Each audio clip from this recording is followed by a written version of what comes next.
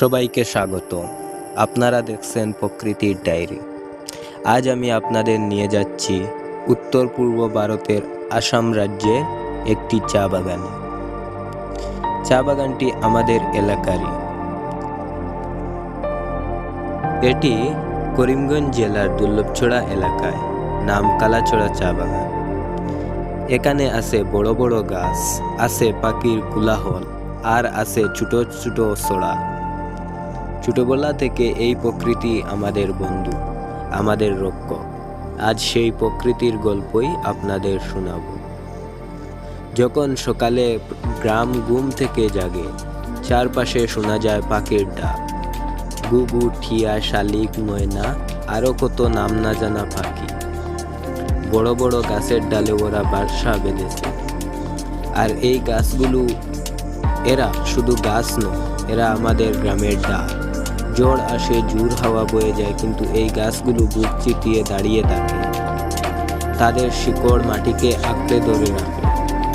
বর্ষায় যখন পাহাড়ি চোলা ফুলে উঠে, সেই পানি যখন নেমে আসে, তখন এই গাছ আর মাটির ডাল আমাদের গ্রামকে বাঁচিয়ে রাখে। কালাছড়া চা বাগানের চারিপাশে সবুজে ভরা। এখানকার চা পাতার ঘ্রাণ আলাদা। এই বাগান দিয়ে সকালে হাঁটতে গেলে চোখে পড়ে বড় বড় গাছের ছায়া আর পাতার ফাঁক দিয়ে পড়া সূর্যের আলো।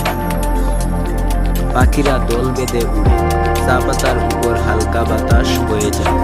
শ্রমিকরা চা পাতা তুলতে থাকে। তারা এখানকারই মানুষ। অনেক প্রজন্ম ধরে এই বাগানে কাজ করছে। ওদের পরিশ্রমেই এই চা বাগান বেঁচে আছে, আর এখানকার চা পৌঁছে যাচ্ছে দেশের নানা প্রান্তে। ভারতের প্রায় 60% চা এই আসাম রাজ্য থেকে স্থানান্তর হয়। দুপুর হলে বড় গাছের ছায়ায় শ্রমিকরা বিশ্রাম নেয়।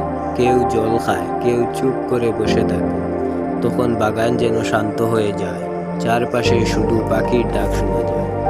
হালকা বাতাস চা গাছের পাতাগুলোকে দুলিয়ে তুলে। দূরে যে দেখা যায় রাবারের বাগান, ওখানেও বড় বড় গাছের সারি দাঁড়িয়ে আছে। ওরাও আমাদের গ্রামের রক্ষক।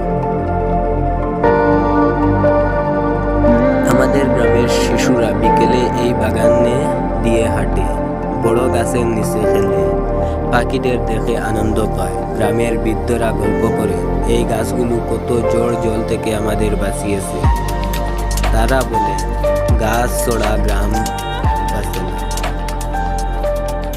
যখন বিকেল হয়, সূর্যের আলো নরম হয়ে আসে। বড় গাছের ফাঁক দিয়ে সেই আলো চা পাতার উপর পড়ে, আর বাগান সোনালি হয়ে যায়। পাখিরা একে একে ফিরে আসে গাছে। পুরো বাগান পাখির কোলাহলে ভরে ওঠে। তখন চারপাশে এক অদ্ভুত শান্তি নামে। মনে হয় প্রকৃতি দিনের শেষে আমাদের কানে বলে দিচ্ছে, আমি আছি, তোমাদের পাহারা দিচ্ছি। আমাদের গ্রামের প্রকৃতি শুধু সৌন্দর্য নয়, আমাদের রক্ষা কবচ। বড় গাছ, ঝোপঝাড়, পাখি সবাই মিলে আমাদের গ্রামকে বাঁচিয়ে রেখেছে। বন্ধুরা, এই ছিল আমাদের গ্রামের প্রকৃতি আর তার বাঁচিয়ে রাখার গল্প। আপনাদের যদি ভিডিও ভালো লেগে থাকে তাহলে লাইক করুন, শেয়ার করুন, আর চ্যানেলটি সাবস্ক্রাইব করতে ভুলবেন না। আর যদি চান, আমাদের এলাকায় একদিকে যেমন চায়ের বাগান, অন্যদিকে তেমন রাবার বাগান। আপনারা যদি রাবার বাগান বা অন্য প্রাকৃতিক সৌন্দর্য নিয়ে ব্লগ চান, তাহলে অবশ্যই কমেন্ট করুন।